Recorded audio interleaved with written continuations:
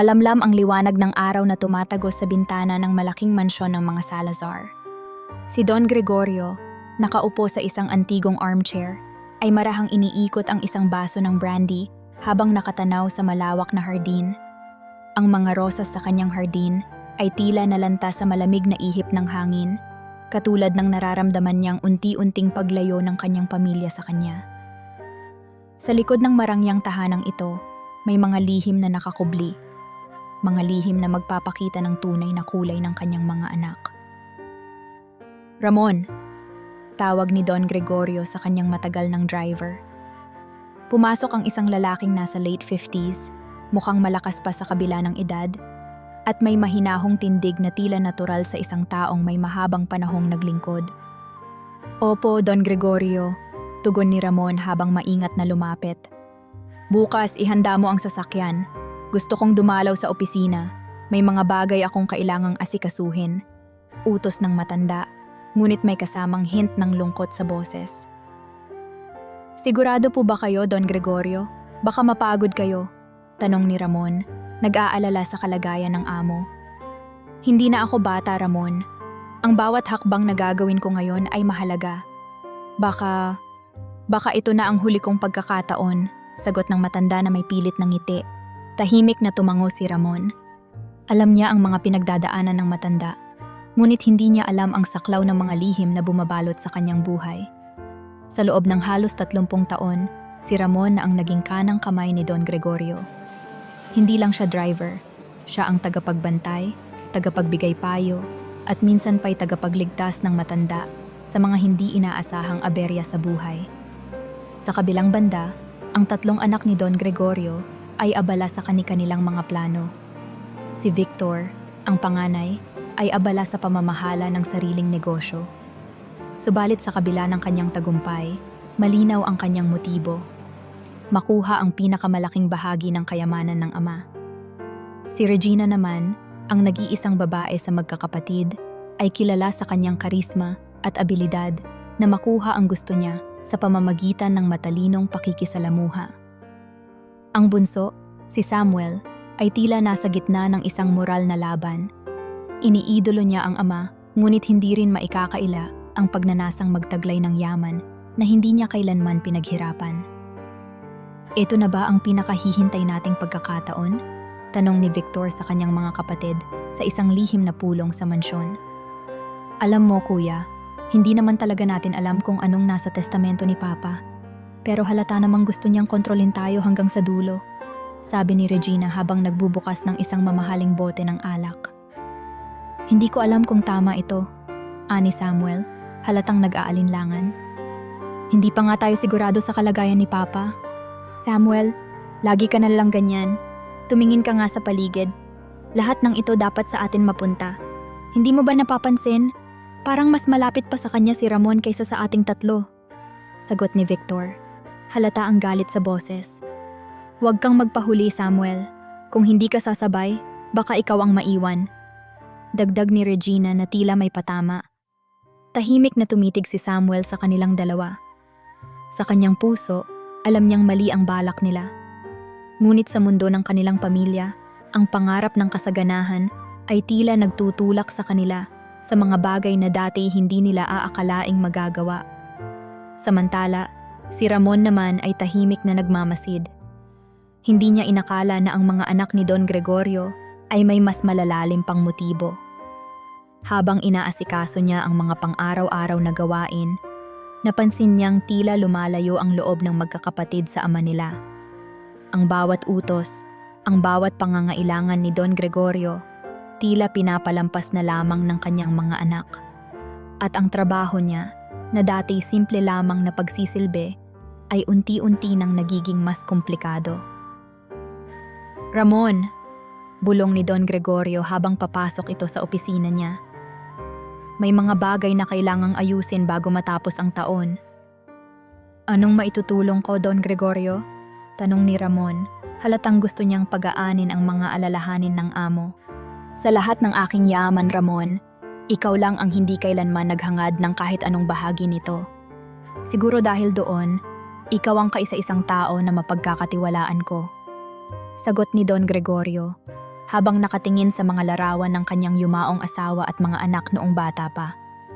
Walang sinabi si Ramon. Tumango lang siya bilang sagot. Subalit sa kanyang isip, may pangamba. Ano ba talaga ang nasa likod ng testamento ng kanyang amo? Bakit ganito na lamang ang lungkot at kaba sa mukha ni Don Gregorio? Sa tahimik na tahanan ng Salazar, hindi lang ang testamento ang lihim. Sa bawat ngiti, bawat tawanan ng mga anak ay may nakatagong motibo. At si Ramon, na dati isang tahimik at mapagkakatiwalaang tagapaglingkod lamang, ay napapagitna na ngayon sa isang gulong hindi niya kailanman inakala. Sa malamlam na silid kainan ng mansyon, muling nagtipon ang tatlong magkakapatid sa isang gabi ng tahimik na sagutan at matatalim na tinginan. Sa gitna ng hapagkainan, isang mamahaling crystal chandelier ang nagbibigay ng mahina, ngunit mainit-init na liwanag. Ang kanilang usapan ay tila isang labanan ng mga motibo. Ang bawat salita ay nakatuon lamang sa iisang pakay, ang mamanahin nilang kayamanan. Hindi na natin kayang maghintay. Matigas na bungad ni Victor, hawak ang isang baso ng alak. Ang kanyang kilay ay bahagyang nakakunot at ang kanyang tono ay puno ng determinasyon. Si Papa, sa bawat araw na lumilipas, lalong nagiging tuso. Hindi tayo makakasiguro kung ano ang gagawin niya sa testamento. Maaari niyang ibigay ang lahat sa ibang tao. Napailing si Samuel, na halatang kinakabahan sa naririnig. Pero kuya, hindi naman natin pwedeng gawin iyon. Si Papa, ama natin siya. Napakababa ng kanyang boses, halos bulong, ngunit dama ang kanyang pag-aalinlangan. Tumawa ng malutong si Regina, ang kanilang nag-iisang kapatid na babae, habang itinatabi ang isang basong may laman na kulay pulang alak. Samuel, huwag kang ngang magpakahuli. Lahat ng ito ay para sa atin din. Ayaw mo bang makuha ang dapat na para sa'yo? Tumigil siya sandali, tumitig sa kanilang bunso, at saka muling nagsalita. At huwag mong kalimutan, hindi ito basta-basta. May paraan akong nalaman mula sa kakilala kong doktor. Hindi ito magdudulot ng malaking gulo. Para lang siyang isang pangkaraniwang sakit. Napatingin si Samuel kay Victor na sa pagkakataong ito ay seryosong nakatingin sa kanyang baso. Halatang iniisip na ang mga susunod na hakbang. Sa wakas, nagsalita si Victor. Mabagal ngunit sigurado ang boses.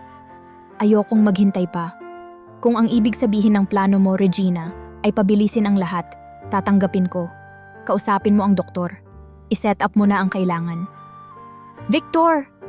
Pabulong na protesta ni Samuel. Hindi mo ba iniisip ang posibleng mangyari? Paano kung malaman ni Papa? Umiling si Victor, bahagyang nanlilisik ang mga mata. Samuel, kung talagang wala kang lakas ng loob, huwag ka na lang sumali. Pero huwag mo ring hahadlangan ang gagawin namin. Naiintindihan mo? Tumingin si Regina kay Samuel at tumayo siya mula sa kanyang upuan. Tumungo siya sa direksyon ng kanyang bunso at malambing ngunit may halong manipulasyon ang kanyang boses. Samuel, alam kong mahal mo si Papa. Mahal namin siya. Pero kung hayaan natin siyang gawin ang gusto niya, sino ang magdurusa? Tayo. Tayong lahat. Kung may magagawa tayo para maprotektahan ang ating kinabukasan, dapat natin itong gawin. Walang sagot si Samuel. Napayuko na lang siya, na parang may mabigat na bagay na nakadagan sa kanyang dibdib. Sa likod ng kanyang isip, pilit niyang nilalabanan ang ideyang kanilang pinag-uusapan. Ngunit paano niya tatanggihan ang mga kapatid niyang tila mas may lakas ng loob kaysa sa kanya? Kinabukasan, sa oras ng tanghalian, nagmamadaling umalis si Regina upang makipagkita sa kanyang kakilalang doktor. Sa isang pribadong klinika, sa isang mahal na bahagi ng lungsod, sinalubong siya ng isang lalaking nasa mid-40s. Maayos ang bihis, ngunit may mga matang parang laging nagmamasid. Dr. Ferrer, ani Regina, ngumingiti. May usapan tayo. Regina, sagot ng lalaki, habang kinukuha ang isang envelope mula sa kanyang lamesa. Sigurado ka ba sa nais mong mangyari? Malaki ang panganib nito. Bahagyang tumawa si Regina. Gusto ko lang ng mabilis at tahimik na solusyon. Alam mo naman ang sitwasyon ko. Kailangang hindi halata. Inabot ni Ferrer ang envelope sa kanya, ngunit binigyan siya ng mahigpit na babala. Kapag nagawa mo na ito, wala nang atrasan. Siguraduhin mong walang maghihinala. Tiwala ka sa akin, doktor, sagot ni Regina. Ang kapatid kong si Victor ang bahala sa plano. Ako ang magdadala ng solusyon. Samantala, sa mansyon, hindi alam ni Don Gregorio na may umuusad ng plano laban sa kanya. Sa araw na iyon, pinatawag niya si Ramon, ang kanyang tapat na driver. Ramon, ani Don Gregorio, habang tinutulungan siyang maglakad papunta sa kanyang study. Palaging ganito na lang ba ang buhay natin? Pera dito, pera doon. Mga anak kong parang mga estranghero na hindi ko na makausap ng maayos. Don Gregorio, baka po kailangan lang nila ng oras. Alam niyo naman po, mga anak po ninyo sila, sagot ni Ramon. Ngunit kahit siya'y nag-aalinlangan sa sariling salita. Kung minsan, Ramon, ani Don Gregorio habang umuupo sa kanyang leather na upuan, iniisip ko kung sino ang talagang mag-aalaga ng yaman ko kapag nawala na ako. Alam ko, hindi ako perpektong ama. Pero inaasahan ko namang kahit papaano, mayroon akong maiwang magandang alaala sa kanila. Tahimik na tumango si Ramon. Sa isip niya, may agam-agam na rin. Hindi siya bulag sa mga nangyayari sa paligid. Alam niyang may masamang balak ang mga anak ng kanyang amo, ngunit hindi pa niya alam kung ano mismo iyon. Gayunpaman, sinumpa niya sa sarili na anuman ang mangyari, poprotektahan niya ang matandang nagtiwala sa kanya ng higit sa sinuman. Sa pagsapit ng gabi, bumalik si Regina, bit-bit ang isang maliit na bote na mahigpit niyang hawak. Dumaan siya sa study ni Victor upang ipasa ito. Victor, ito na. Huwag mong kalilimutan ang plano, sabi ni Regina. Maingat na iniiwasan ang tingin ni Samuel na nakaupo sa malapit. Walang problema, sagot ni Victor. Kinukuha ang bote.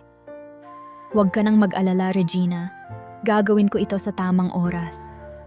Si Samuel, tahimik lang sa isang sulok, naglalaro ang damdamin sa kanyang puso't isipan. Alam niyang mali ang kanilang binabalak, pero wala siyang lakas ng loob na humadlang. Sa mga sandaling iyon, hindi niya alam na ang kanyang katahimikan ay magdudulot ng mga susunod pang kaguluhan at ang kanyang pag-aalinlangan ay maghahatid ng hindi inaasahang pagbabago sa kanilang kapalaran. Sa mga sumunod na araw, naging mas mapagbantay si Ramon. Hindi niya maaaring ipagsawalang bahala ang mga naririnig niyang bulong at nakikitang kilos ng magkakapatid. Sa halos 30 taon ng kanyang pagsisilbi kay Don Gregorio, nakabuo na siya ng isang uri ng pakiramdam, isang tiyak na kutob kapag may masamang nangyayari sa paligid ng matanda. At ngayon, mas matindi ang pakiramdam na yon kaysa dati. Ramon! Tawag ni Don Gregorio isang umaga, habang papunta sila sa kanyang tanggapan sa lungsod. Napansin kong medyo tahimik ka nitong mga nakaraang araw. May iniisip ka ba? Wala naman po, Don Gregorio, sagot ni Ramon, habang nililiko ang sasakyan papunta sa opisina ng matanda. Gusto ko lang pong siguraduhin na maayos ang lahat. Alam niyo naman po, palagi ko kayong kasama, kaya natural lang na mag-alala ako. Ngunit sa katotohanan, higit pa sa simpleng pag-aalala ang nararamdaman ni Ramon. Sa nakaraang linggo, napansin niya ang mga kakaibang kilos ng mga anak ni Don Gregorio. Napapansin niyang mas madalas na nagkukulong si Regina sa kanyang kwarto habang kausap sa telepono ang kung sino. Si Victor naman, nakaraniwang abala sa negosyo, ay madalas nang lumalabas at may dalang mga envelope. Si Samuel, bagamat tila nag-aalinlangan, ay palaging sumasama sa mga lihim na pag-uusap ng mga kapatid. Isang gabi, naulinigan ni Ramon ang tatlo habang nasa terrace ng mansyon. Nakasilip siya mula sa malayo. Sinikap niyang hindi makita, ngunit malinaw ang usapan. Sigurado ka ba sa timing nito? Tanong ni Regina, halatang balisa. Kapag hindi pa tayo umaksyon, baka huli na ang lahat, sagot ni Victor. Alam kong may binabalak si Papa. Baka magulat na lang tayo isang araw, wala na tayong mamanahin. Hindi marinig ni Ramon ang sagot ni Samuel, ngunit nakita niyang tahimik itong nakikinig habang mahigpit na nakayuko. Sa kanyang isip, naisip ni Ramon. Hindi na ito basta hinala. May masamang plano nga ang mga ito. Kinabukasan, sinimulan ni Ramon ang kanyang hakbang.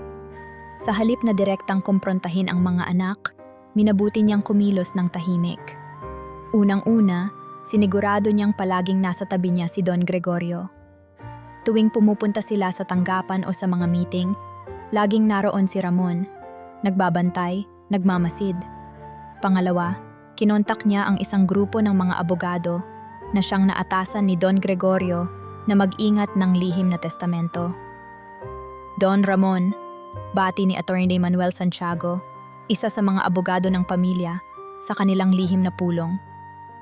Ano po ang maitutulong ko sa inyo? Huwag mo na akong tawaging Don. Ramon lang, sagot niya. Gusto ko lang siguraduhin na protektado si Don Gregorio sa anumang masamang mangyayari. May naririnig akong plano mula sa mga anak niya. Nagulat si Attorney Santiago, ngunit tumango siya. Huwag kayong mag-alala, Ramon. Nasa seguridad namin ang lahat ng dokumento. Kung sakaling may hindi magandang mangyari, ipapaalam namin agad ang nilalaman ng testamento. Salamat, ani Ramon. Gusto kong malaman nila na hindi basta-basta magugulo ang mga bagay-bagay. Ang mahalaga, ligtas si Don Gregorio. Simula noon, unti-unting inihanda ni Ramon ang sarili. Alam niyang hindi magtatagal, may mangyayari. Sa kanyang pagmamaneho, palaging nasa isip niya ang mga hakbang na kailangang gawin. Paano kung atakehin si Don Gregorio sa loob ng bahay? Paano kung bigla na lang lasunin sa pagkain? Kaya't tiniyak niyang lahat ng kakainin ng matanda ay galing mismo sa kanya. Siya na rin mismo ang bumibili ng mga gamot nito mula sa botika nang hindi nalalaman ng mga anak. Kung ano man ang ibinibigay nilang mga tabletas o gamot, palihim niyang pinapalitan ng mga totoong reseta mula sa doktor ni Don Gregorio. Ramon, napakaingat mo naman. Biro ni Don Gregorio isang hapon nang makita niyang si Ramon na mismo ang naghahanda ng kanyang tsaa. Parang ayaw mo na akong mahawakan ng iba. Ganun na nga po, Don Gregorio, sagot ni Ramon habang nakangiti. Ngunit sa kaloob-looban niya, alam niyang hindi lang tsaa ang kanyang iniingatan, kundi ang buhay ng matandang nagtiwala sa kanya. Ang kanyang mga hakbang ay hindi nakaligtas sa mata ng magkakapatid. Napansin ni Regina na tila mas madalas na nasa paligid si Ramon at hindi na sila makakilos ng malaya. Isang gabi, kinausap niya si Victor.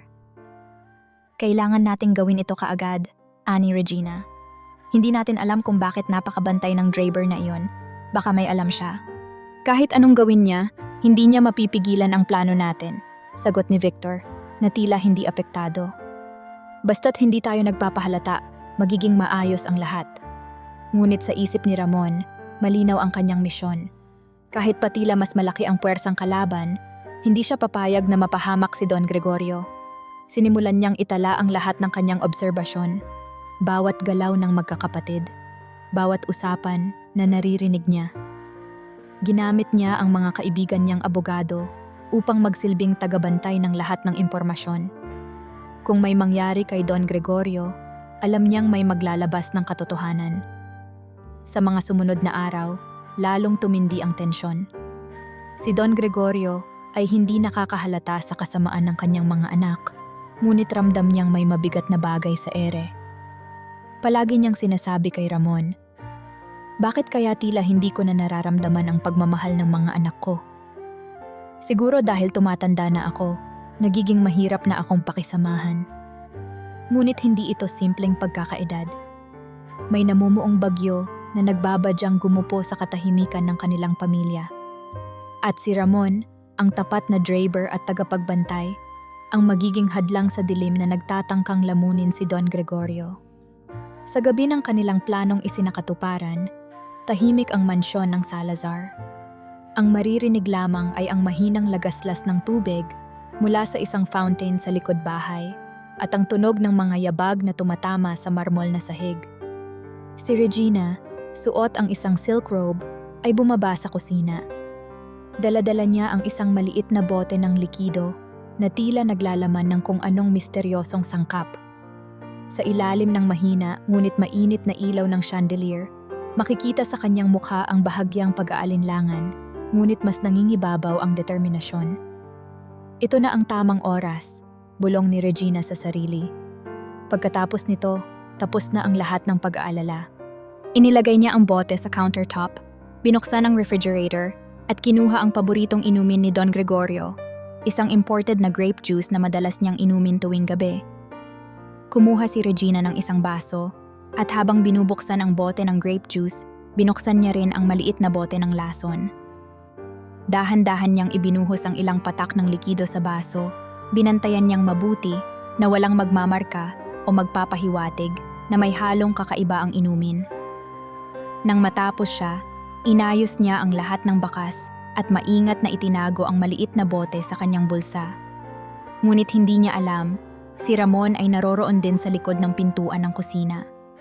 Napansin ni Ramon na tila may kakaibang kilos si Regina. Hindi siya karaniwang bumababa sa kusina ng ganoong oras. Napilitan siyang magkubli sa likod ng pinto at tahimik na pinanood ang ginagawa ni Regina. Nang makita niyang may inihahalo si Regina sa baso, lalo siyang nagduda. Hindi ito tama, naisip ni Ramon. Hindi ito basta-basta. Pagkaalis ni Regina dala ang baso, maingat siyang lumabas mula sa kanyang pinagtataguan.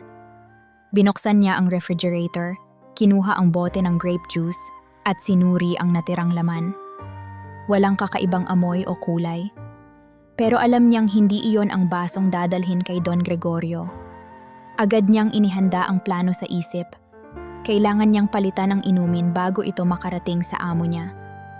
Sa study, nakaupo si Don Gregorio at binabasa ang ilang mahahalagang dokumento. Isang antigong lampara ang nagbibigay ng malambot na ilaw sa kanyang mesa. Napalingon siya nang marinig ang mga yabag ni Regina. "Papa?" Bati ni Regina na may kasamang pilit ng ngiti. "Gusto mo ba ng kaunting inumin bago ka magpahinga?" Bahagyang ngumiti si Don Gregorio. "Salamat anak. Mabuti naman at naisipan mong dalhan ako. Ilapag mo dyan." Iniabot ni Regina ang baso at itinabi ito sa lamesa ni Don Gregorio. Agad siyang umalis matapos maisagawa ang kanyang plano. Ngunit hindi niya alam, habang pababa siya ng hagdan, nasalubong niya si Ramon. "Regina," bati ni Ramon, tila walang bahid ng pagdududa sa boses. "Mabuti naman at gising ka pa. Nais ko sanang tanungin kung naayos mo na ang mga iniutos ng Don." "Nasa kanya na," malamig na sagot ni Regina. "Kailangan na lang hintayin ang resulta." Nagpatuloy siya sa pagbaba, habang si Ramon naman ay tumungo sa study ni Don Gregorio. Nang makita niya ang baso, kinuha niya ito at maingat na pinalitan ng bagong inumin na sigurado siyang walang halong masama. Iniabot niya ang bagong baso sa kanyang amo. "Don Gregorio, mukhang hindi na kayo natutulog," sabi ni Ramon. "Ito po, pinalitan ko ang inumin. Baka lumamig na yung una." Nagulat si Don Gregorio. "Ikaw pa talaga ang nagdala nito, Ramon. Salamat. Hindi ko alam kung anong gagawin ko kung wala ka." Nakangiting tumango si Ramon. "Alam niyo naman po, Don Gregorio, nandito lang ako para sa inyo." Kinabukasan, nang walang nangyari kay Don Gregorio, napansin ni Regina at ng kanyang mga kapatid na parang wala namang epekto ang kanilang ginawa. Nagtipon sila sa terrace ng mansyon upang talakayin ang nangyari. "Bakit parang walang epekto?" tanong ni Victor habang nakakunot ang noo. "Sigurado akong tama ang inilagay kong doses," ani Regina. "Hindi ito ang inaasahan ko." Si Samuel tahimik lang na nakikinig, ngunit hindi niya maitanggi sa sarili ang isang bahagyang ginhawa na walang nangyaring masama sa kanilang ama. "Nakakapagtaka," sabi ni Victor. "Baka may nagbabantay. May nag-aalis ng lason bago pa ito makarating kay Papa." "Hindi maaari," pagtutol ni Regina. "Sino ang gagawa niyan? Walang ibang may access kundi tayo." "Paano si Ramon?" biglang tanong ni Victor. "Lagi siyang nasa paligid. Hindi kaya alam niya ang ginagawa natin?" "Naghihinala ka sa driver?" tanong ni Regina, na tila ayaw tanggapin ang ideya. Hindi siya ganoon katalino. "Pero baka dapat tayong mag-ingat," sabi ni Victor. "Kung may nagmamatyag sa atin, kailangan nating magbago ng plano." Sa mga sandaling iyon, unti-unting napansin ni Ramon na tila nagiging mas maingat ang magkakapatid. Alam niyang hindi pa tapos ang kanilang plano, ngunit alam din niyang hindi siya basta-basta susuko.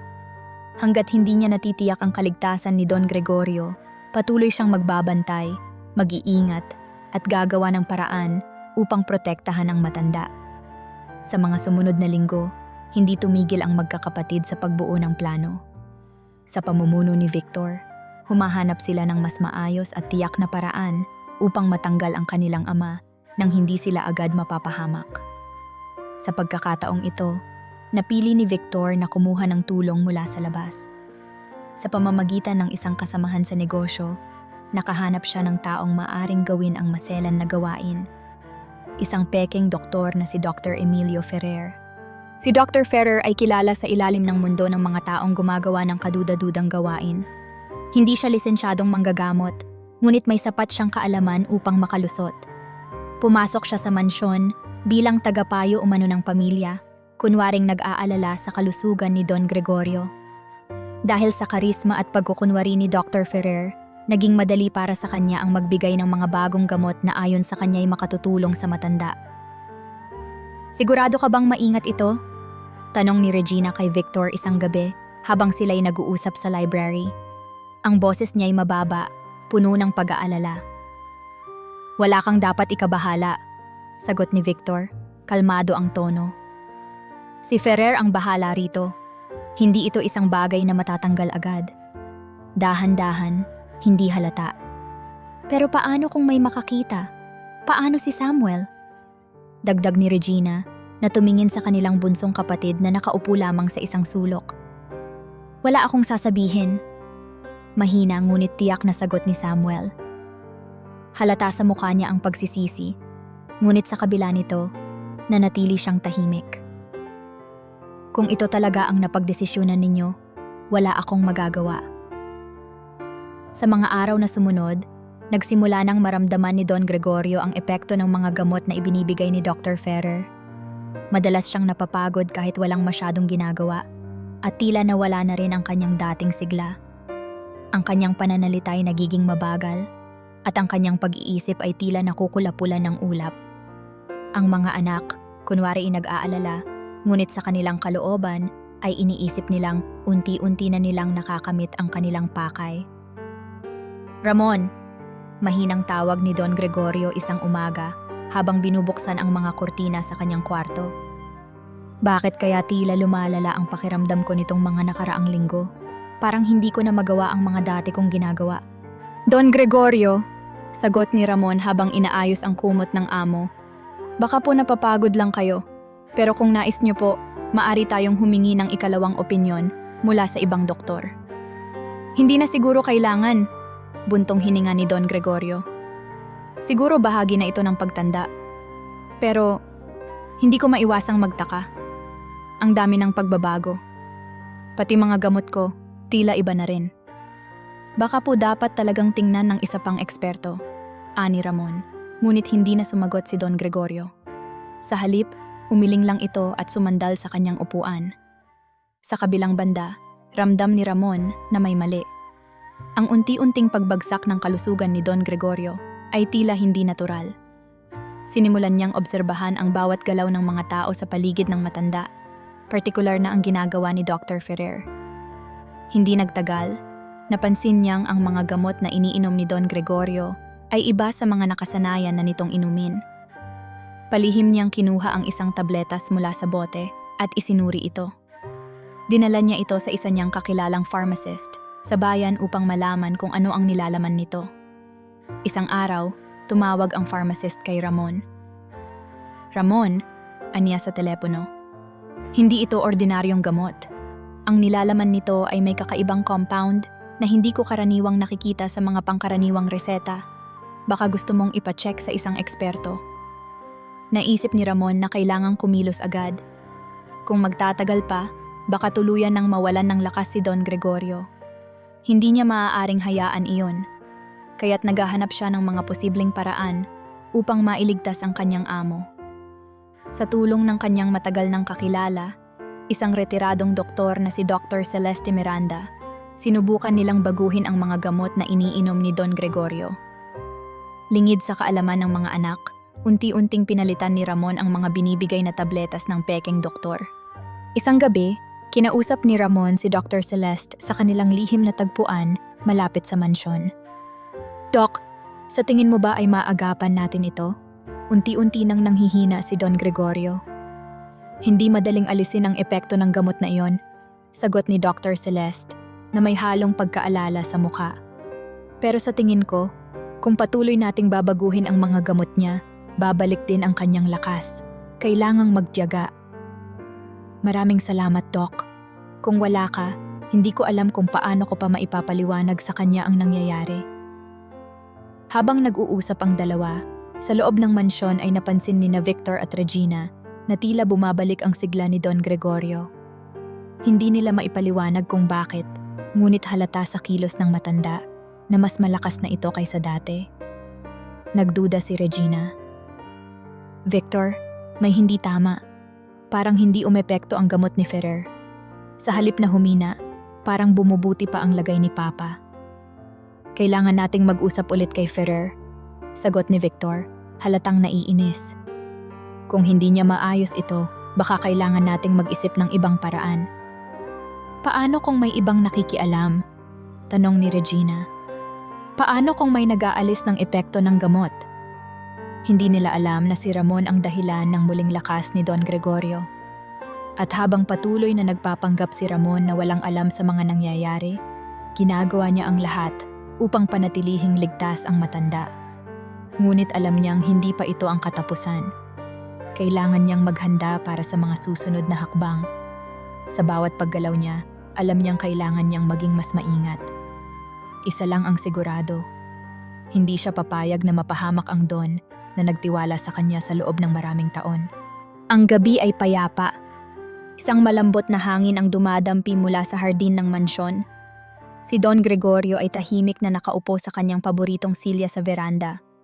Nasa tabi niya si Ramon, hawak ang isang baso ng malamig na tubig. Sa simula, hindi maalis ni Ramon ang tingin sa amo. Ang matandang bilyonaryo, sa kabila ng lahat ng yamang na ipundar, ay tila higit na mahina kaysa dati. Pero may kakaibang ningning sa mga mata ni Don Gregorio ngayong gabi. Parang may mabigat na bagay siyang nais ipagtapat. "Ramon," basag ni Don Gregorio sa katahimikan. "Matagal na kitang pinagkakatiwalaan, hindi ba?" Tumango si Ramon, bahagyang napangiti. "Wala po kayong dapat ikabahala sa akin, Don Gregorio. Naging bahagi na po ako ng inyong pamilya." Huminga ng malalim ang matanda, tila nag-iipon ng lakas ng loob. Maraming taon na ang lumipas, at sa mga panahong iyon, nasaksihan ko ang lahat. Pati na ang kasakiman ng sarili kong mga anak. Alam kong, sa mata ng iba, napaka-perpekto ng pamilya ko. Pero alam mo naman ang totoo, hindi ba? "Don Gregorio," sagot ni Ramon, nag-aalangan kung paano tutugon. "Wala akong maaasahan sa kanila," patuloy ng matanda. "Si Victor, si Regina, si Samuel, wala silang pakialam kung ano ang pinaghirapan ko. Gusto lang nilang makuha ang lahat ng iwan ko kapag dumating ang araw na mawala ako. Alam mo ba kung gaano kasakit iyon, Ramon? Ang malaman na ang mga anak mo, na sa kanila mo ibinuhos ang lahat ng pagmamahal mo, ay ang mismong magtatangkang tanggalan ka ng buhay." Tahimik lang si Ramon. Naramdaman niya ang bigat ng emosyon ng kanyang amo. Sa kabila ng galit at lungkot, hindi niya kailanman narinig na kinamuhian ni Don Gregorio ang kanyang mga anak. Sa halip, parang mas matindi pa ang pighati ng isang ama na hindi matutumbasan ng yaman ang nawalang pagmamahal. "Ramon," patuloy ni Don Gregorio, "alam mo bang hindi ko isinama ang mga anak ko sa testamento?" Nagulat si Ramon. "Ano pong ibig ninyong sabihin?" "Lahat ng naipundar ko, iniwan ko sa isang foundation na ako mismo ang magpapatayo," paliwanag ng matanda. "Ang yaman ko, ang lahat ng ito, hindi ito para sa kanila. Ito'y para sa mas makabuluhang layunin. Isang charitable foundation na tutulong sa mga nangangailangan. At alam mo ba kung sino ang naatasang mga siwa sa lahat ng ito?" Natigilan si Ramon. "Hindi po. Sino po?" Ngumiti si Don Gregorio. malungkot ngunit may bahid ng pag-asa. Ikaw, Ramon. Ikaw ang pinili kong tagapamahala ng lahat ng ito. Don Gregorio. Hindi makapaniwala si Ramon. Ako po. Pero bakit ako? Kasi alam kong ikaw lang ang tapat. Ikaw lang ang hindi kailanman naghangad ng kahit anong bahagi ng yaman ko. Lahat ng ito ay naipundar ko sa hirap at tiyaga. At gusto kong matiyak na hindi ito masasayang sa mga kamay ng mga taong sakim. Ramon, ikaw ang tiwala kong magpapatuloy ng iniwan ko. Pakiramdam ni Ramon ay parang may bumagsak na mabigat na bagay sa kanyang dibdib. Ang ideya na siya, isang simpleng driver, ay pagkakatiwalaan ng ganoon kalaking responsibilidad ay hindi niya lubos maisip. Don Gregorio, pahayag ni Ramon matapos ang ilang sandaling katahimikan. Napakalaki po ng tiwalang ibinibigay ninyo sa akin. Hindi ko po alam kung paano ko ito maisa sa katuparan. Kayang-kaya mo, Ramon, sagot ng matanda, na tila nagiging mas mahinahon sa bawat salita. Kilala kita, matagal na kitang kilala. Hindi mo kailangang magduda sa sarili mo. Tahimik na tumango si Ramon. Sa kanyang isip naglalaro ang mga posibilidad. Paano kung malaman ng mga anak ni Don Gregorio ang tungkol sa testamento? Paano kung lalo silang magalit at gumawa ng mas masahol na hakbang? Ngunit higit sa takot, naroon ang kanyang paninindigan. Alam niyang hindi siya maaaring umatras. Alam niyang kailangang niyang ipaglaban ang huling habilin ng kanyang amo.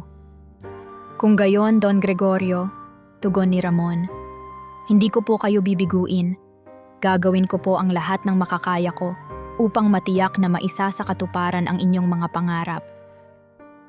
Alam kong magagawa mo iyon, Ramon, sagot ni Don Gregorio. Sa lahat ng taong nakapaligid sa akin, ikaw lang ang talagang mapagkakatiwalaan ko.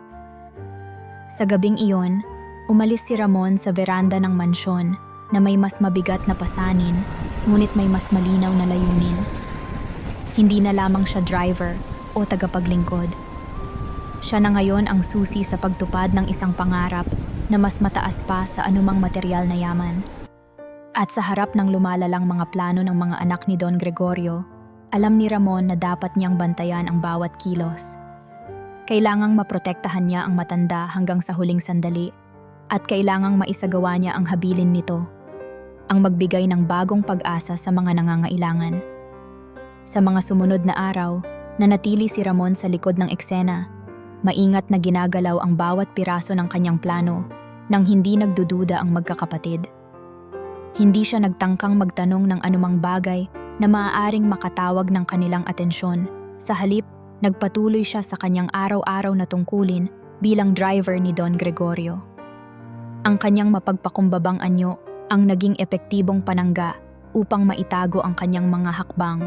Unang hakbang ni Ramon, ang palihim na pagpapalit ng mga iniinom na gamot ng matanda. Matapos makumpirma mula sa isang kakilalang pharmacist na may kakaibang sangkap ang mga pildoras na ipinapainom ng mga anak ni Don Gregorio, siniguro niyang hindi na iyon muli pang mahahawakan ng amo. Bawat bote na ibinibigay ni Regina o ni Victor ay pinapalitan niya ng mga tunay na gamot na makabubuti sa kalusugan ni Don Gregorio. Sa bawat araw na lumilipas, ginagawa niya ito ng tahimik, palihim na pinapanatili ang pag-asa na hindi magtatagal ay babalik ang lakas ng matanda. Ngunit hindi iyon sapat. Alam ni Ramon na kailangan niya ng tulong mula sa isang eksperto upang masiguro ang tuluyang paggaling ni Don Gregorio. Dito niya tinawagan ang matagal na niyang kaibigan, si Dr. Celeste Miranda, isang respetadong internist na maraming taon nang retirado. Tumugon agad si Dr. Celeste nang ipaliwanag ni Ramon ang sitwasyon. Ramon, ani Dr. Celeste sa telepono. Napakalaki ng tiwala mo sa akin, pero gusto kong malaman mo na handa akong tulungan ka. Ano ang kailangan kong gawin? Doc, kailangan ko lang pong masuri niyo si Don Gregorio.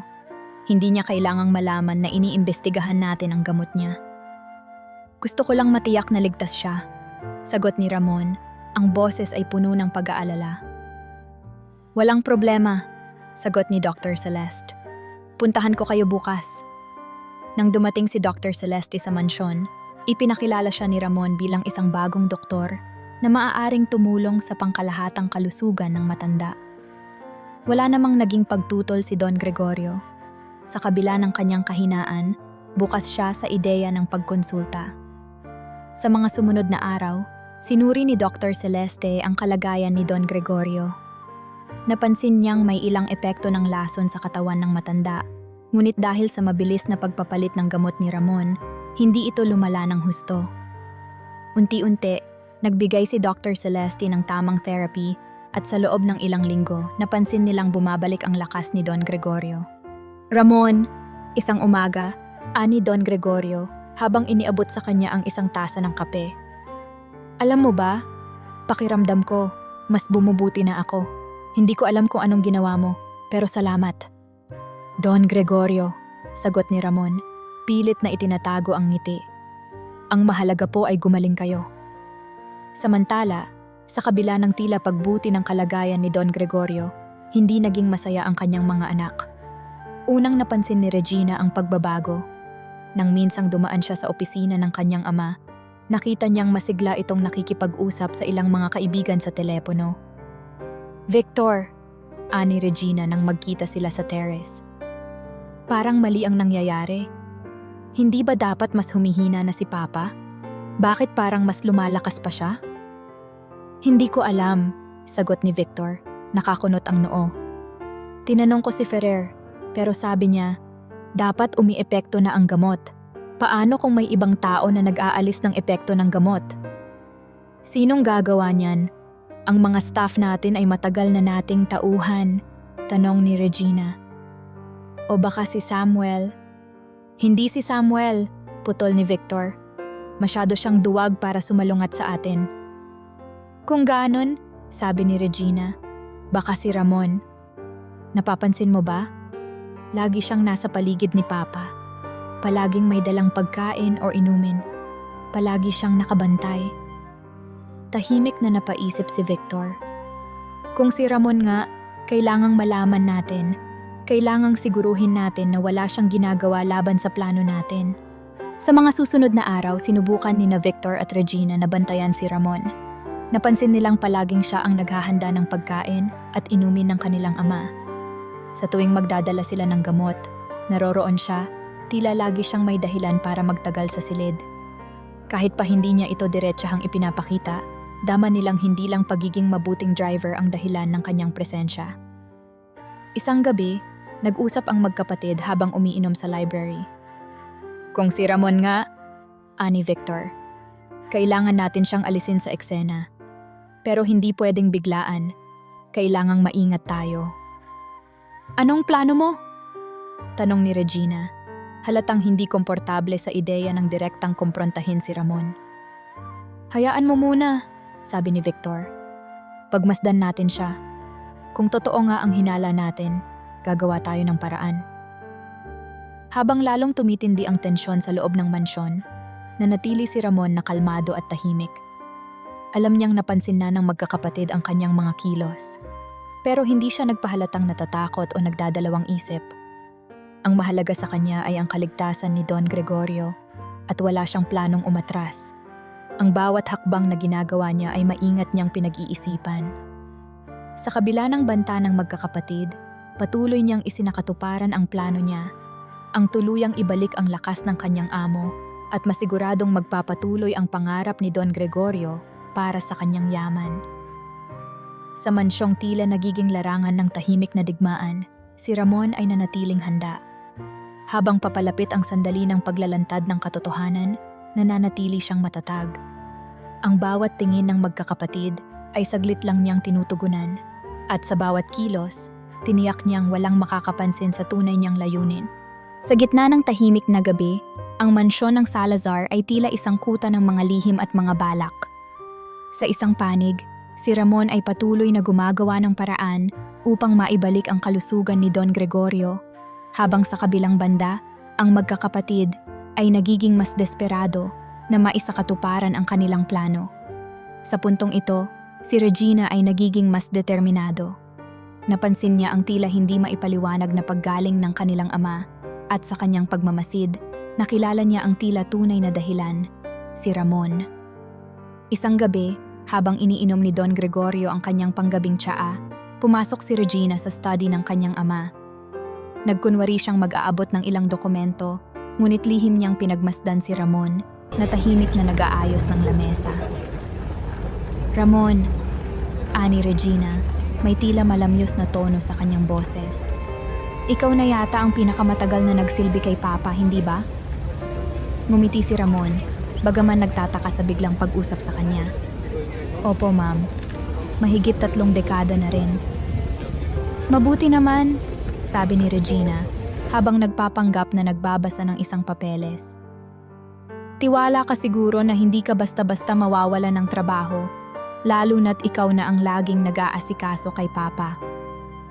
Nag-angat ng tingin si Ramon, bahagyang nag-aalinlangan sa direksyon ng kanilang usapan.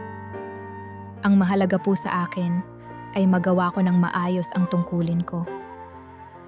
Hindi na nagtagal si Regina sa silid. Nagbitiw siya ng ilang ngiti at lumabas na tila wala siyang ibang iniisip. Ngunit sa totoo, isang plano na ang sumasagi sa kanyang isipan. Sa kanyang paningin, si Ramon na ang nagiging hadlang sa kanilang layunin. At kung hindi siya aalisin, mahihirapan silang tuluyang maabot ang kanilang pakay. "Dr. Ferrer," wika ni Regina sa telepono ng gabing iyon, "may isa pa akong ipagagawa sa iyo." "Regina," tugon ni Dr. Ferrer, ang boses niya ay nag-aalinlangan. "Ano na naman ang balak mo?" "Ilagay mo siya sa peligro. Gusto kong iparamdam kay Ramon na hindi siya pwedeng makialam sa amin. Walang dapat mangyaring masama kay Papa. Ngunit kay Ramon, gusto kong makita niyang seryoso kami. Gawan mo siya ng paraan. Hindi ko sinasabing tanggalin mo siya ng tuluyan, pero bigyan mo siya ng babala." Tumahimik si Dr. Ferrer bago tumugon. "Bakit hindi na lang natin siya kausapin ng maayos? Hindi tayo maririnig ni Ramon. Hindi siya basta-basta magpapadala sa mga salita. Kailangang mas malinaw na mensahe ang iparating natin. Gawin mo na." Utos ni Regina bago binaba ang telepono. Hindi nagtagal, nagpunta si Dr. Ferrer sa mansyon. Dala ang isang maliit na bote na naglalaman ng likido na tiyak niyang magpapadama ng kakaibang epekto kay Ramon. Naghanda siyang ilagay ito sa inumin ni Ramon sa kalagitnaan ng almusal, habang abala ang lahat. Ginawa niya ito nang walang makapansin, ngunit hindi niya alam na si Ramon ay likas na mapagbantay. Napansin ni Ramon ang kakaibang lasa ng kanyang kape. Saglit niyang tiningnan ang paligid. Wala namang kakaiba sa mga kasama niya sa mesa. Nagkukunwari lang sina Regina at Victor na abala sa pag-uusap. Si Samuel, tahimik na nagkakape, ngunit halatang hindi alam ang nangyayari. Sa halip na inumin ang kape, maingat itong iniwan ni Ramon at nagkunwari siyang may kailangang asikasuhin sa garahe. Sa buong maghapon, walang kakaibang naramdaman si Ramon. Alam niyang hindi nagtagumpay ang tangka sa kanya at sa kanyang isipan, malinaw na sinubukan siyang saktan ngunit hindi nagtagumpay. Nang makalipas ang ilang araw, nalaman ni Regina at Victor na buhay pa rin si Ramon. Nagsimula silang maghinala. Maaaring alam na niya ang kanilang plano. Pero hindi pa rin nila magawang kumprontahin siya ng harapan. Kaya't mas pinili nilang pag-isipan ang susunod na hakbang. Napagtanto nila na ang susunod na kailangang gawin ay isang bagay na magmumukhang likas, isang bagay na walang magdududa, isang aksidente. Muling nagtipon sina Regina, Victor, at si Dr. Ferrer sa isang pribadong bahagi ng kanilang mansyon. Sa ilalim ng malamlam na ilaw, nag-usap sila ng pabulong. "Kung hindi umubra ang lason, kailangan natin siyang alisin sa ibang paraan," sabi ni Regina, halatang hindi na naitatago ang inis sa boses. "Hindi ko na trabaho ang gumawa ng ganyan," sagot ni Dr. Ferrer. "Isa lang akong doktor, hindi ako kriminal." "Walang gustong pumatay," ani Victor. "Pero kung may aksidenteng mangyari, wala nang makikialam. Hindi na niya malalapit si Papa sa kung sino man niyang iniisip na makakatulong. Mas madaling tapusin ang lahat." "Anong balak mo?" tanong ni Regina. "Bahala na si Bruno. Kakausapin ko siya. Pinautang ko siya ng malaking halaga noon, kaya't hindi niya kayang tumanggi," sagot ni Victor. Tumango si Regina. Siguraduhin mo lang na maayos ang pagkakaset up. Walang dapat maghinala. Sa gabing iyon, napagkasunduan na nila ang susunod na hakbang. Hindi na lason, kundi isang planadong aksidente. Ngunit ang hindi nila alam, si Ramon ay nananatiling maingat at mapagbantay. Hindi siya magpapadala sa kanilang mga bitag, at kahit anong tangka nilang gawin, handa siyang ipaglaban ang kaligtasan ni Don Gregorio. Alam niyang ang laban na ito ay hindi lamang para sa kanya, kundi para sa taong nagtitiwala sa kanya ng higit pa sa kayamanan, ang tunay na layunin ng kanilang pakikibaka. Ang gabi ay tahimik, ngunit ang kasunduan sa pagitan ng magkakapatid ay nag-iiwan ng mabigat na tensyon sa mansyon. Sa isang silid sa likod ng bahay, lihim na nagkita sina Victor at ang kanilang bayarang kriminal, si Bruno Alvarado. Si Bruno ay isang kilalang fixer sa syudad, isang taong handang gumawa ng delikadong mga bagay kapalit ng malaking halaga ng pera. Sa pagkakataong ito, tinawag siya ni Victor para sa isang tiyak na layunin. Magmukhang natural ang pagkamatay ng kanilang ama. Bruno, bungad ni Victor habang nilalapag ang isang makapal na envelope na puno ng salapi. Alam kong magagawa mo ito ng malinis. Gusto kong mukhang aksidente lang. Dinampot ni Bruno ang envelope, binilang ang laman, at tumingin kay Victor. At paano mo gustong mangyari? Ang sasakyan ni Papa, sagot ni Victor. Sa susunod na linggo, dadalhin siya ni Ramon sa probinsya para magpahinga. Sa daan, magtatayo ka ng isang blockade, kunwari aksidente sa kalsada. Pagkatapos noon, ayusin mo ang lahat para hindi siya na makarating ng buhay. Simple. Tumango si Bruno, tila nag-iisip. Walang problema, pero dapat walang nakakakita. Kailangang siguradong malinis. Yun ang gusto ko, sabi ni Victor. Gawin mo ito at makakakuha ka ng karagdagang bonus. Habang pinag-uusapan nila ang plano, hindi nila alam na si Ramon, ang matapat na driver ni Don Gregorio, ay naroon din sa kabilang kwarto. Palihim niyang narinig ang buong usapan. Agad-agad niyang napagtanto ang kahalagahan ng bawat sandali. Kung hindi siya kikilos ngayon, maaaring malagay sa panganib ang buhay ng matandang kanyang pinagsisilbihan. Pagkatapos ng kanilang usapan, agad na umalis si Bruno upang simulan ang mga hakbang para sa tinatawag nilang aksidente. Si Victor naman ay nanatiling tahimik, ngunit may halong kaba sa kanyang isip. Sa kabila ng kanyang pagiging tuso, may bahagi sa kanya na nag-aalala. Hindi sa ama, kundi sa posibilidad na hindi magtagumpay ang kanilang plano. Samantala si Ramon ay naghanda na ng isang matapang na hakbang. Hindi na siya nagdalawang isip. Kinabukasan, agad niyang inilipat ang sasakyan ni Don Gregorio. Imbes na gamitin ang regular na kotse na plano ng magkakapatid, naghahanap siya ng isang mas ligtas na sasakyan at inihanda ito ng walang nakakakita. Sa mga oras na iyon, alam niyang nasa kanyang kamay ang buhay ng matanda. Ramon, tanong ni Don Gregorio nang mapansin ang bagong sasakyan sa garahe. Bakit parang ibang kotse ito? Ngumiti si Ramon. Don Gregorio, naisip ko pong mas mabuti nang magpalit tayo ng sasakyan. Mas bago, mas ligtas, at mas komportable para sa inyo.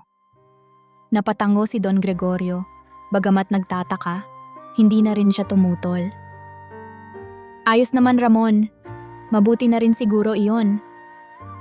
Sa araw ng nakatakdang biyahe patungo sa probinsya, tahimik na umalis ang mag-amo. Habang nasa daan, nanatiling alerto si Ramon. Alam niyang anumang oras, maaaring may mangyari. Habang nagmamaneho, napansin niyang may isang nakaparadang truck sa gilid ng kalsada. Mukhang normal ito, ngunit nagdulot ito ng pagkabahala kay Ramon. Inilihis niya ang ruta, nagkunwari siyang may sira ang sasakyan, at huminto sa isang maliit na tindahan upang bumili ng inumin. Ramon, ayos ka lang ba? Tanong ni Don Gregorio. Tila napapansin ang kaunting pagkabalisa ng driver.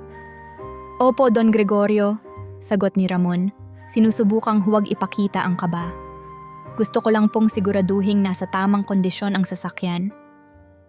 Pagkalipas ng ilang oras, matagumpay silang nakarating sa isang pribadong rest house na hindi alam ng magkakapatid.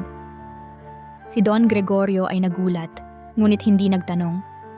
Sa kabila ng pagkabahala niya sa kanyang kalusugan, naramdaman niya ang malasakit ni Ramon sa bawat kilos nito. Ramon, ani Don Gregorio habang umiinom ng mainit na tsa sa rest house. Parang masyado kang nag-aalala. May hindi ka ba sinasabi sa akin? Don Gregorio, sagot ni Ramon habang tahimik na nakaupo sa tapat ng matanda. Alam ko pong marami kayong iniisip ngayon, pero gusto ko lang pong malaman ninyo na nandito ako para sa inyo, kahit ano pa po ang mangyari. Habang nag-uusap ang dalawa, sa mansyon, nagdududa na ang magkakapatid. Ilang araw na ang lumipas, ngunit walang masamang balita ang dumating. Walang aksidenteng nangyari. Si Regina, na dating kumpiyansa, ngayon ay nag-aalala. Victor, ani Regina, habang naglalakad sa malawak na hall ng kanilang mansyon. Bakit parang tahimik? Hindi ba't dapat may balita na? Hindi ko alam, sagot ni Victor, halatang nababanas. Siguro ay may nangyaring hindi inaasahan, pero hindi tayo pwedeng maghintay lang. Kailangan nating malaman kung anong nangyari. Ang hindi nila alam, ang tinuturing nilang tahimik na driver ay may sariling plano. Sa bawat hakbang, sinisigurado ni Ramon na maililigtas niya si Don Gregorio mula sa anumang banta.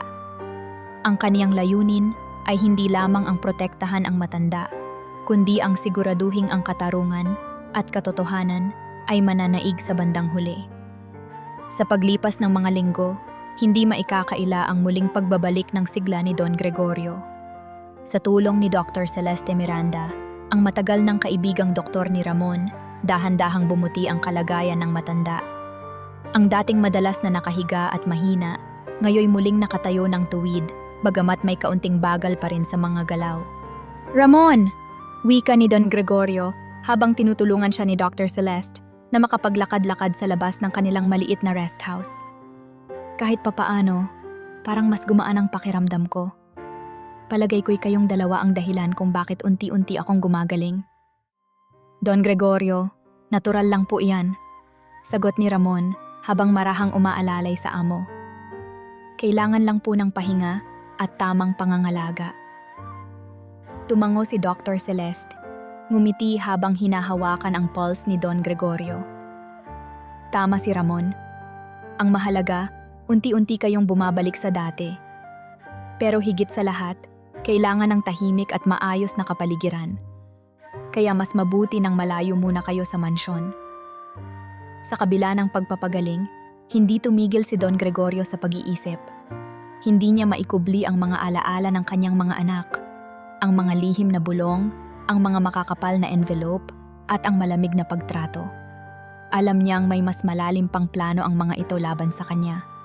At habang umuupo siya sa hardin ng rest house isang hapon, tinawag niya si Ramon. Ramon, anya, habang nagkakape, may isang bagay akong gustong pag-usapan natin. Hindi na tayo pwedeng maghintay. Alam kong hindi titigil ang mga anak ko sa kanilang mga plano. Don Gregorio, sagot ni Ramon, bahagyang nag-aalala. Ano po ang ibig ninyong sabihin? Ang testamento, sagot ng matanda. Ipinatawag ko na ang mga abogado.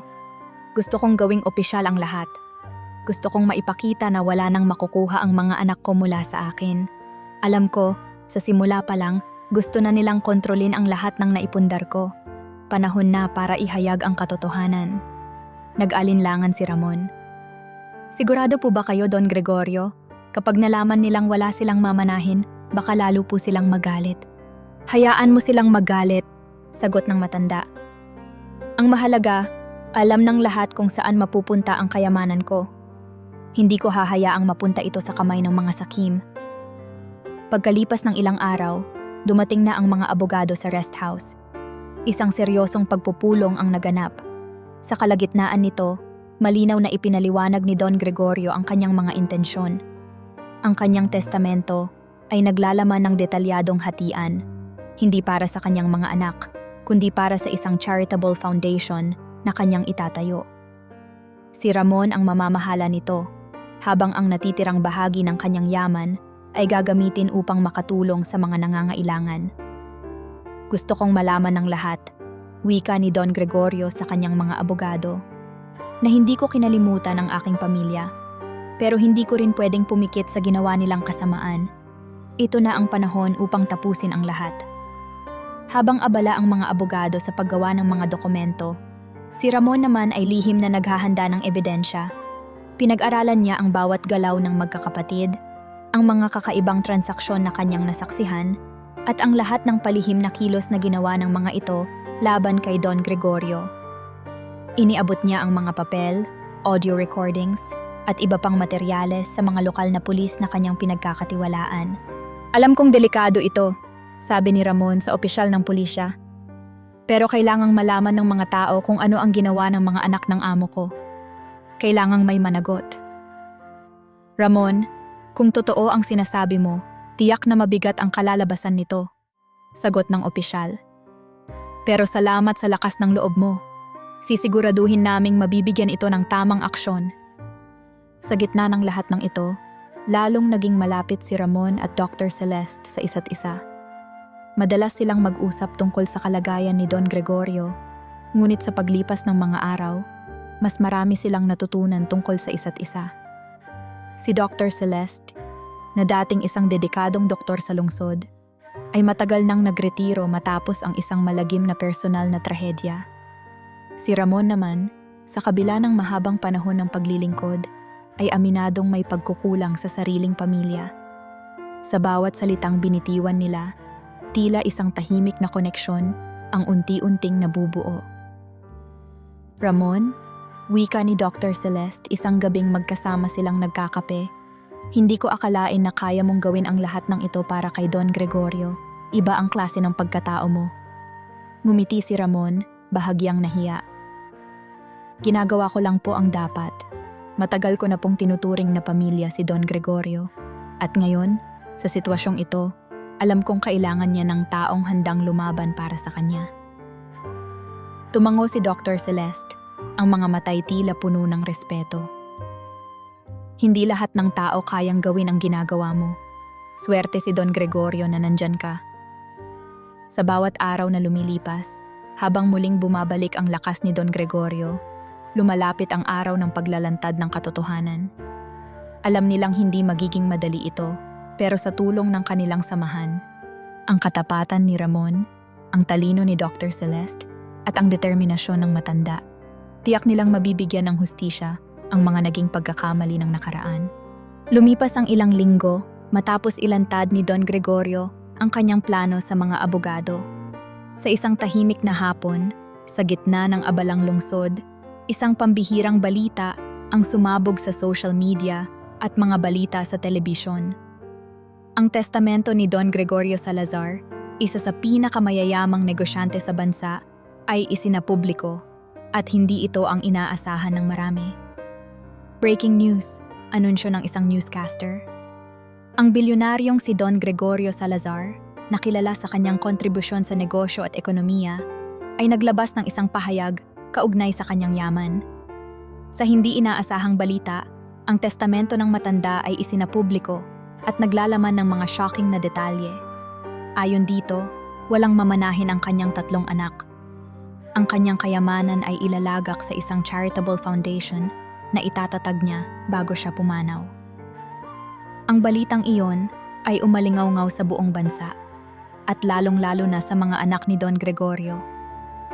Sa loob ng mansyon ng Salazar, kung saan tahimik na nagtatago si Regina sa kanyang kwarto, bigla niyang narinig ang malalakas na yabag sa pasilyo. Si Victor, hawak ang kanyang telepono, ay nagmamadaling pumasok sa silid ng kanyang kapatid. "Regina," sigaw ni Victor. "Nakita mo na ba ang balita?"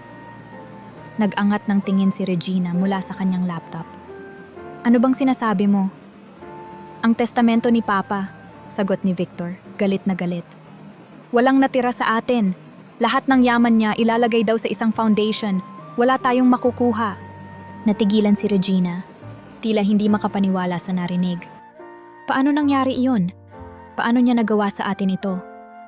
"Hindi ko alam," sagot ni Victor, mariin ang boses. "Pero isa lang ang sigurado.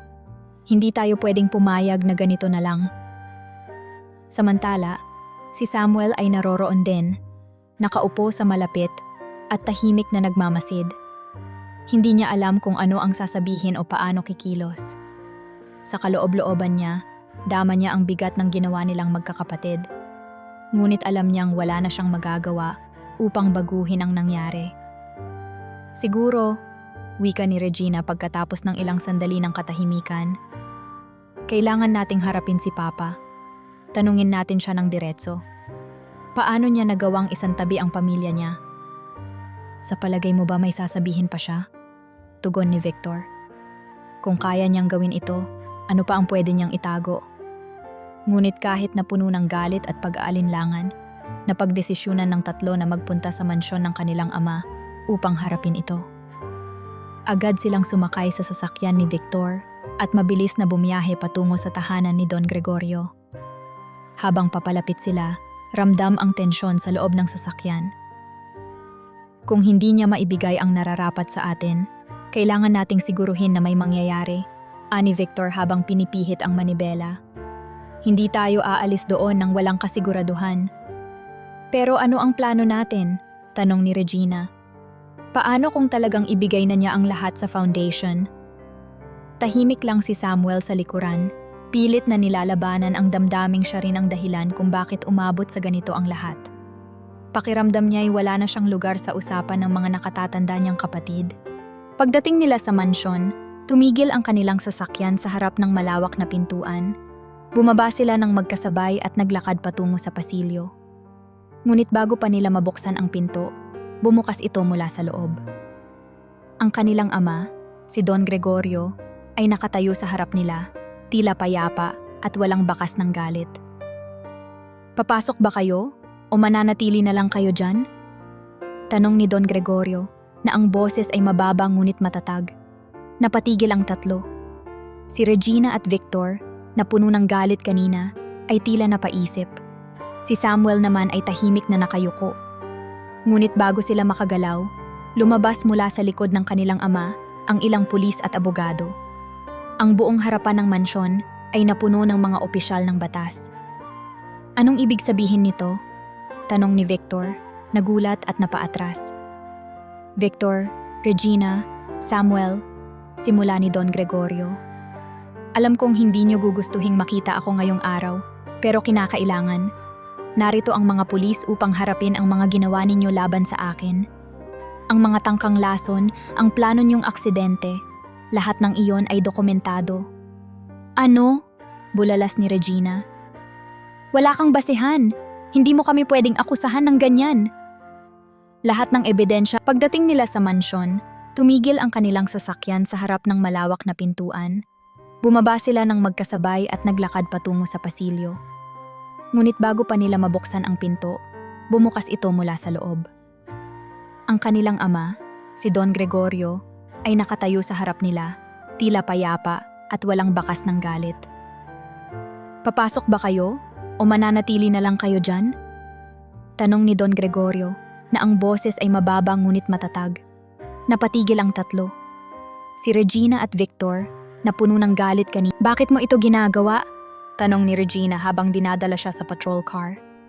Hindi ako ang may gawa nito, sagot ni Don Gregorio, kalmado. Kayo ang gumawa ng lahat ng ito sa sarili nyo. Habang papalayo ang mga pulis, naiwan si Don Gregorio sa harap ng kanyang mansyon. Tumayo siya roon, kaharap si Ramon at si Dr. Celeste na nakatingin sa malayo. Sa kabila ng lahat ng nangyari, naroon pa rin ang sakit na iniwan ng kasakiman ng kanyang mga anak. Ngunit alam niyang tapos na ang lahat. Ang kanyang yaman, ang kanyang buhay, at ang kanyang dignidad ay nanatili sa kanya. At sa pagkakataong ito, nailagay na niya ang mga ito sa tamang landas. Nagpatuloy ang kaso laban kina Victor, Regina, at Samuel sa loob ng mga buwan. Ang unang paglilitis ay nagdala ng maraming saksi, ngunit ang pinakamahalaga sa lahat ay ang testimonya ni Ramon at Dr. Celeste Miranda.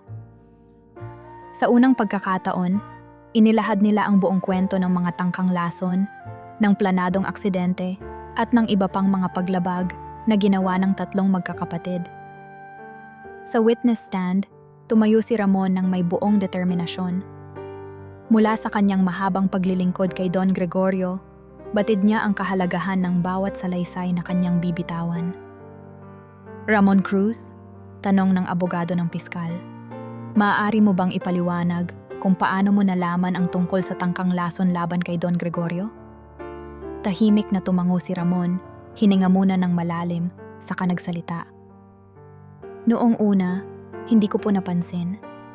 Pero nang makita ko si Regina na naglalagay ng likido sa inumin ni Don Gregorio, doon na ako nagsimulang magbantay. Sinundan ko ang kilos ng magkakapatid at napagtanto kong may masama silang balak. Bakit hindi mo agad sinabi? Tanong ng abogado. Gusto ko pong makasigurado. Nang makumpirma ko na may plano nga silang masama, hindi ko na po pinabayaang mangyari iyon. Ginawa ko ang lahat upang palitan ang gamot at nagdala pa ako ng ibang doktor upang tiyakin ang kaligtasan ng aking amo. Napatingin ang mga tao sa silid, nagbubulungan. Ang mga abogado ng depensa ay tila nawalan ng sagot. Ngunit hindi pa tapos si Ramon. Idinokomento ko po ang lahat, patuloy niya. At narito ang ebidensyang nagpapakita ng kanilang mga transaksyon. Ang mga resibo, ang mga record ng tawag, lahat ng ito ay magpapatunay sa kanilang plano. Sumunod na tumestigo si Dr. Celeste. Matibay ang kanyang sinabi dahil siya mismo ang tumulong upang makarecover si Don Gregorio. Dr. Miranda, tanong ng piskal, maari mo bang ipaliwanag ang kondisyon ni Don Gregorio nang siya'y sinuri mo? Nang una ko siyang masuri, may mga sintomas ng pagkalason, sagot ni Dr. Celeste. Ang mga gamot na iniinom niya ay hindi tugma sa kanyang reseta. Kung nagpatuloy iyon, posibleng lalo pang lumala ang kanyang kondisyon. Mabuti na lang at mabilis na naitama ni Ramon ang mga gamot kaya't bumuti ang lagay ng matanda. Mayroon ka bang ebidensya upang suportahan ito? Tanong ng abogado. Opo, sagot ni Dr. Celeste, habang inilalabas ang kanyang mga tala at laboratory reports. Narito ang mga resulta ng pagsusuri. Nagpapakita ito na ang mga gamot na tinanggal ni Ramon ay may halong substance na hindi dapat nandoon. Ito ang dahilan kung bakit humina si Don Gregorio. Habang patuloy ang paglilitis, unti-unting napagtibay ng prosekusyon ang kanilang kaso.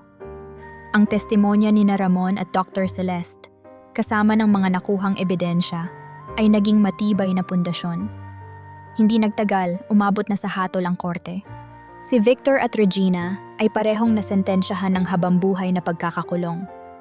Ang kanilang mga kilos, mula sa pagbili ng lason, pakikipagsabuatan kay Dr. Ferrer, at pagpaplano ng aksidente, ay hindi na maitatanggi. Tanggap nila sa bandang huli na wala ng paraan upang makatakas. Hindi ko alam kung paano ito nangyari, bulong ni Victor habang inaakay siya palabas ng korte. Ginawa ko lang ito dahil ayaw kong mawalan ng lahat. Si Regina, na tila nawalan na rin ng lakas, ay tahimik lang. Ang dating malakas niyang tinig, ang pagiging tuso at mapangahas, ay nawala na. Sa wakas, nasukol sila ng kanilang sariling kasakiman. Si Samuel naman ay ibang usapan. Sa kabila ng kanyang pagsali sa plano, ang kanyang pagsisisi at tahasang pag-amin ay naging dahilan upang siya'y mabigyan ng mas magaang hatol. Sa halip na habambuhay na pagkakakulong, siya'y sinintensyahan ng ilang taong pagkakakulong at rehabilitasyon. Samuel, tanong ng hukom bago ibaba ang hatol, mayroon ka bang nais iparating? Tumango si Samuel, halos nanginginig sa kaba. Gusto ko lang pong sabihin na mali ang lahat ng ginawa namin. Hindi ko na po babalikan iyon. Alam kong nasaktan ko ang aking ama at wala po akong ibang gusto kundi mabigyan siya ng kapayapaan. Sa pahayag niyang iyon, nagkaroon ng kaunting ginhawa si Don Gregorio. Alam niyang kahit papaano, may isa pa rin sa kanyang mga anak na may natitirang konsensya. Hindi niya lubos na mapapatawad ang kanilang ginawa, ngunit ang pag-amin ni Samuel ay nagdala sa kanya ng bahagyang kapayapaan. Pagkatapos ng lahat, nagbalik si Don Gregorio sa kanyang tahanan. Hindi na upang harapin ang gulo, kundi upang simulan ang bagong yugto ng kanyang buhay. Ang kanyang testamento, ang charitable foundation, at ang mga plano niyang magbigay ng tulong sa mahihirap ay tuluyan ng maisa sa katuparan. Si Ramon, na naging sentro ng kanyang tagumpay laban sa mga balak ng kanyang mga anak, ay nanatili sa tabi niya. Sa bawat araw na lumilipas, alam ni Don Gregorio na ang kanyang yaman ay nasa tamang kamay. Mga kamay na hindi nangarap ng kasakiman, kundi ng pagbibigay buhay sa pangarap ng matandang bilyonaryo na mag-iwan ng mas malawak na pamana sa mundo.